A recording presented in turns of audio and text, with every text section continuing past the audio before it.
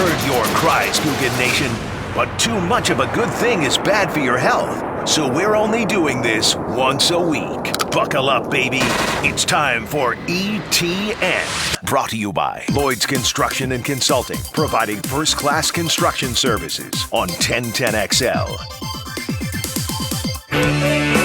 Stolen from a Super Bowl week of 2004. We'll never forget. Made into a hit TV show by Millions of dollars in ESPN, should have been ours. called Kornheiser's PTI. back pocket. Yeah. What do we get?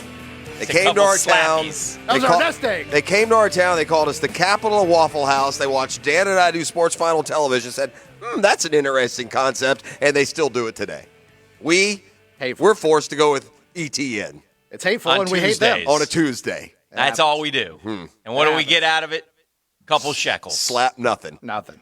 You know what Patrick gets out of it, though? Patrick will be our guest Guggen Judge today. Good for him. Patrick. Glad to see someone's getting something. It's a Tuesday, and it's fitting because for Patrick, it's Taco Tuesday, as Patrick is going to Taco Fest. Heck yes, Saturday. he is. You'll see beef there. You may see me there. If you see me stuffing a taco into my face, please just leave me alone. Respect my space. Nothing wrong with the Taco Fest. Every city in America should have one of those. Dude, I'm all about it. But Awesome. yeah, it's really great. Taco Fest down there. They're going to have wrestling, Chris Jericho's band Fozzy playing, and by the way, did I mention tacos?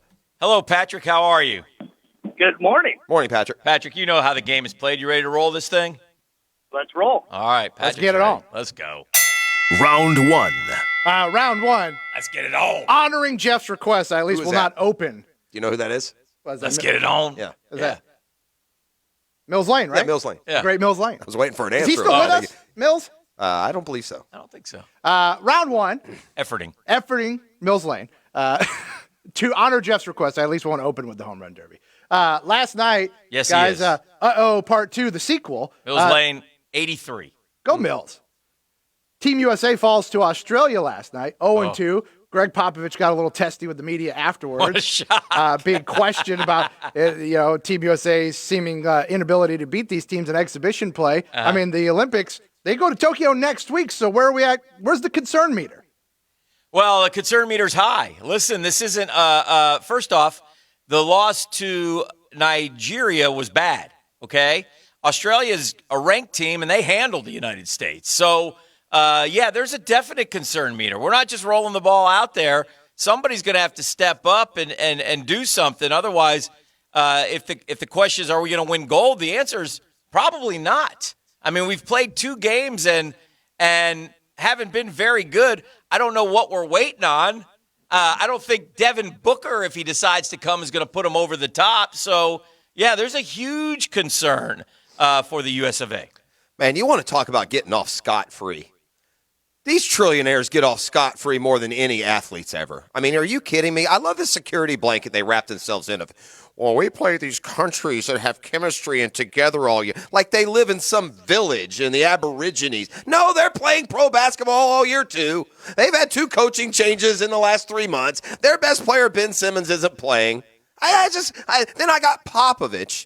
This is the typical GG Pop, I call him. God's gift Popovich. Guy thinks he's forgotten more basketball than anyone knows, and he sits and he's just, for 30 years, he's humiliated and embarrassed basketball analysts and reporters, and without any blowback at all. And here he was at it again last night, doing his same typical snobbish act, and quite frankly, he was wrong, telling a reporter that we don't get blowouts, and then you look at 2016, they won every game by 50 points. So, just fire Pop. Shut her down. Jeff with the stat.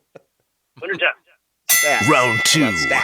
Stat guy. What was the stat? That they're I'm not sure. trillionaires? Yeah, Yes, that's the one. Also pointed out that they won games by 50 points. they did. That's a Yeah. stat. That's All a right. number, Dan. All right. Numbers are important. It's this guy, the way he treats people, and then he has the nerve to be like this compass for the country. Shut up. You're a jerk. You're the definition of the ugly American going off to Japan. Oh, no. Talk to their journalists that way, but he won't. Oh, Are no. you going to let me finish my statement or not?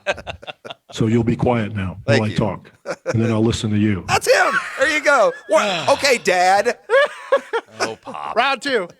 Round 2. GG Popovich. It used to be cute at the halftime It's thing. not. It's He's not a so cute jerk. anymore. Round 2 tomorrow night. The NBA Finals will pick back up. The Suns got handled in Game 3. The Bucks look like they sort of found it in Game 3? Do you feel like the Bucks have found it enough to even this thing up at 2-2, or the Suns get back on track tomorrow night? I think they get back 2-2. I don't know what they found other than home court advantage. In this series, it looks like it's one that's going to go that way the whole time. Hopefully one of these two road teams can give us a game, because so far the NBA playoffs are about as fun to watch for me as the home run derby. There's just no drama. And what really, drives it home here is that, look, I can understand no drama if one team beats the other and is pretty methodical, but how they can play like the exact opposite games on the road. In other words, Phoenix wins by 15 at home, Milwaukee wins by 15 on the road. Neither really challenges the other on the road, and I don't think they will tomorrow. I think that Middleton will show up tomorrow, and Milwaukee will win Game 4 by 10 points, and we'll go back to Phoenix tied. I'll keep it simple. I'll play the stat game for you. I noticed that only 4 teams have come back in the finals that have fallen behind 2-0. So I'll play the odds and say the Suns are going to win this thing, and they'll find a way to win Game 4. They'll come out much improved, make their adjustments, and in the end be a better team than Milwaukee and win. Winner Dan. Hey, stats! Round 3. Stats work every time. It's science. Round 3, Jeff, 60% of the time. I held off as long as I could, but Here last they night in the wispy thin air of Colorado, the ball sailed out like they've never sailed before. The youth on the Twitter sphere thought it was just electric. I don't think you're alone in your feelings, so I'm just going to ask you guys flat out. Home run derby last night. Did you dig it? Whoa. You did. Yeah. Dan. I mean, if Patrick was listening earlier, he knows how we feel about it, so we don't have to waste too much time. Look, I loved it. I had a great time. Now, there's a little bit of me that biased because one of my guys was in it, so I wonder if one of your guys were in it, would you have watched it differently or watched it at all? But that aside, I do watch the home run derby, and I love watching it with my younger son who still lives at home because he's a baseball nut, and they love that stuff. I mean,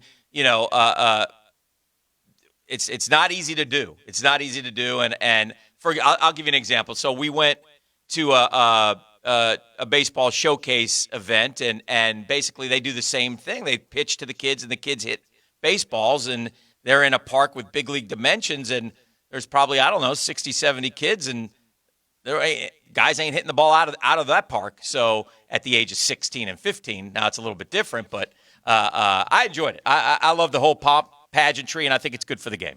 To me, you proved my point with your last little anecdote there. Yeah, I like watch something that's hard to do. I'd rather watch 60 high school kids try and get it out of the park, and then when a guy wins, I feel like he really won. This home run derby, it's too easy, Dan. It's gotten too easy. Back in the day, guys hit 8 home runs in advance. Man, I mean, they're hitting 20, 30 home runs in a round. And and Coors Field on top of it. Not to mention, you're an hour in, you've had 4 guys hit. It's too long, it's too drawn out, it's too easy to hit home runs to keep my it. Now, I won't kill it and say it's unwatchable. I mean, there's plenty of people that enjoy it, and that's fine. Watch it. Not me. It doesn't do it for me. I enjoyed the first round, and it's the only time this year you'll see a Mets player with a trophy. So winner Dan. Round 4. Wow. I think that was a double-edged sword win. That's tough. Round 4, the ESPN Anonymous Insider Group. What about a Cy Young Award, Patrick? Are we going to get that? Maybe. Their rankings. They keep checking the belt, Dan. I don't know. They rank Spin rate. They rank the quarterbacks. Yeah. San Diego via Los Angeles. Justin Herbert cracks the top 10 after 1 year in the league, number 9. So does that give you confidence, and how much confidence that maybe next year a certain long-haired guy we know around these parts will also crack the top 10? Yeah, 100%. Now, there is this. The San Diego Chargers of Los Angeles had a better overall roster last year than what Trevor Lawrence is stepping into this year. But Trevor Lawrence has been better at Justin Herbert at football since they were 5 years old. Justin Herbert's a great prospect. He had a great year.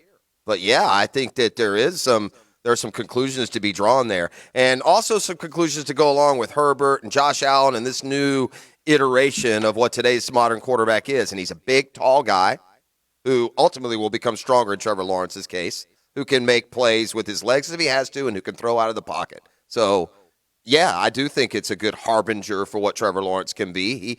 Justin Herbert's Trevor Lawrence light up until his first year in the league. Well, first off, let me say I hope like heck you're right. But I will say this. Justin Herbert was on a much better football team with much better offensive talent than Trevor Lawrence has this year. And Justin Herbert, I mean, if Trevor Lawrence throws the ball 600 times and completes 67% of his passes for 4,336 yards and 31 touchdowns this upcoming season, man, I'll be dancing a jig every Monday morning here on the drill. Yes, a Trevor Lawrence jig, because that's what Justin Herbert did last year. So, golly, man, that would be just fantastic. Delightful.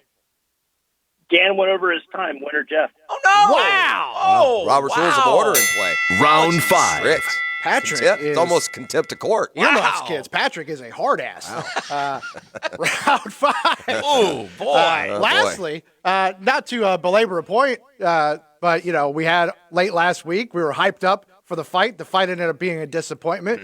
McGregor loses. A guy who's familiar with facing off with McGregor in the octagon, Khabib, spoke. Have you seen his little kid online? Have you seen his son? Now, Khabib, he's not exactly a fan of McGregor's. It might have had something to do with this. Conor McGregor is going to blank Khabib when you guys meet each other. Stomp on his head as he's unconscious. So they're not friends, but Khabib said that McGregor is, quote, finished, and said that the UFC needs to back off of McGregor in their promotions, but he's the draw, so do you necessarily agree with that statement? No, I don't. And listen, I'll stand by what I said yesterday. Conor McGregor is a blowhard loser. He is. He's got you fans fooled. He's no good. He's not the Conor McGregor of 2015 or 2016. He's laughing at you as he makes millions of dollars. He doesn't care if some guy snaps his leg. He'll go get surgery and come back. Dana White will call him. They'll offer him some fight because 20,000 of us went and watched, and 1.7 million of us bought it too. But no, he's done. He's finished. He's never going to be any good again. It's over. You contradicted your entire argument with that pay-per-view stat you dropped at the end. And by the way, you're hating Conor McGregor for the wrong reasons. You should hate Conor McGregor because he's a jerk, because he punches old men in bars, because he threatens people's wives, because he insults people's religions and their ethnic backgrounds. That's why you should hate Conor McGregor. His skill set as a fighter is fine. Put Conor McGregor healthy in a squared circle with 99.9% of the men his age, and he's going to beat their A. Stomp on his head as he's unconscious. That's how I would conclude that. Contract. Winner Jeff. Thank you.